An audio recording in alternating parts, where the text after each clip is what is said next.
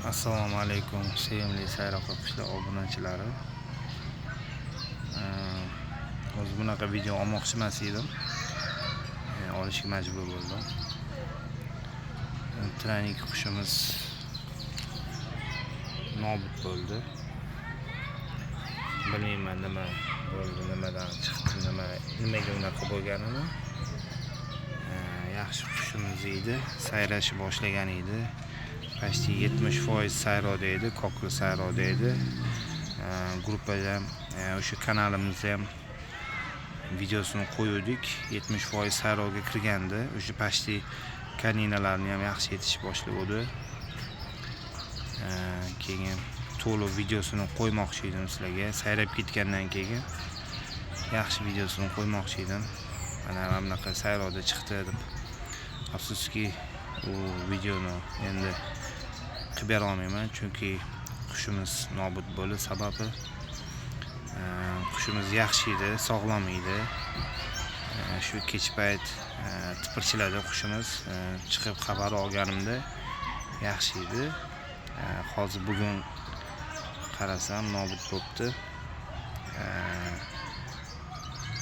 O'zini g'alati his qilyapti qushimiz.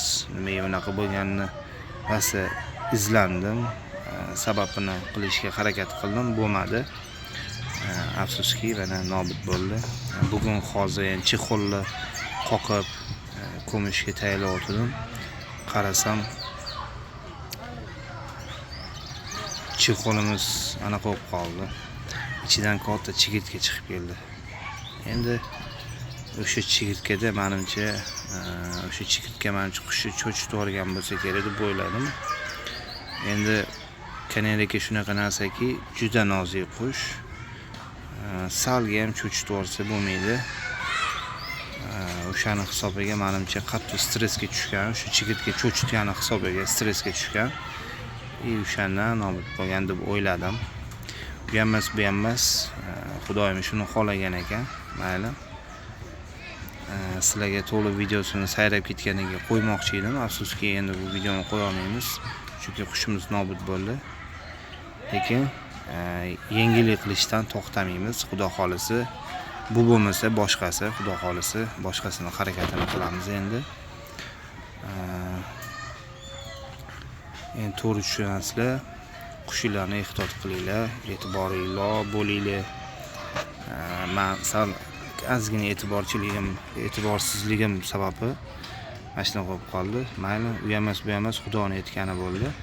Nobud bo'ldi qushimiz. Mayli, kelgan balo qazo shunga bo'lsin. Boshqa nima deymiz?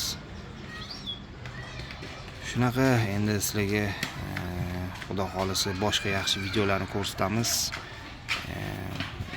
Prosta bu videoni nimaga oldim? E'tiborni yanada ko'paytirib, yanada kuchaytirish kerak. Xudo xolisi endi shunaqa qilamiz.